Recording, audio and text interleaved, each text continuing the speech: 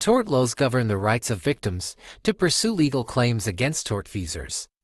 When a victim is harmed or suffers damages, the victim can pursue a claim in civil court under tort laws if the court finds the defendant liable. Under tort liability laws, the defendant is required to compensate the victim.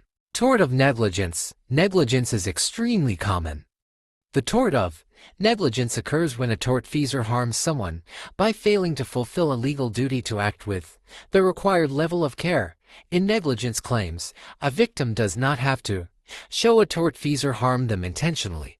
Instead, they must show, 1. The tortfeasor had a duty to them, 2. The tortfeasor failed to live up to the duty and was considered negligent, 3. The plaintiff was damaged as a direct result of the tortfeasor's breached duty, 4. The plaintiff suffered compensable harm.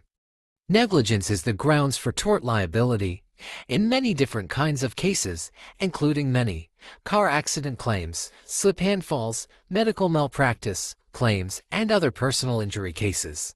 Intentional torts. Sometimes a tortfeasor faces liability for causing damages as a result of intentional wrongdoing. For example, if a tortfeasor punched or hit someone on purpose and hurt them with the blow, the victim could pursue a civil case under tort laws.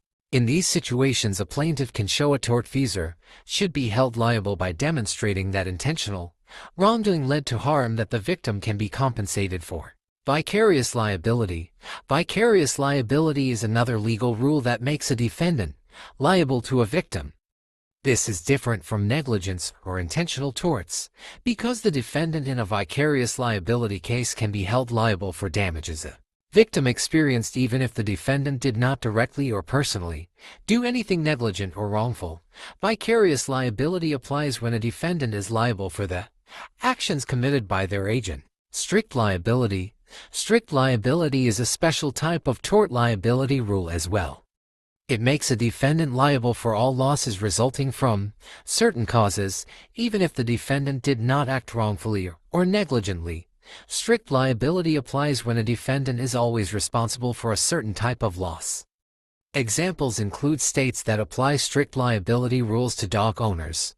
In strict liability dog bite states, if a person's dog bites someone, regardless of whether the owner was negligent or there was reason to believe the dog would bite, the dog's owner is responsible for resulting damages. Strict liability can also apply in products liability cases.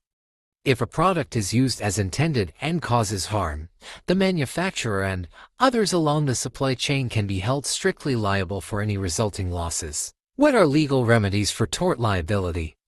In a tort claim, a plaintiff typically seeks monetary compensation for damages resulting from torts committed by the defendant. If a plaintiff can successfully show tort liability and prove the defendant should be held liable for losses, the plaintiff can recover compensation.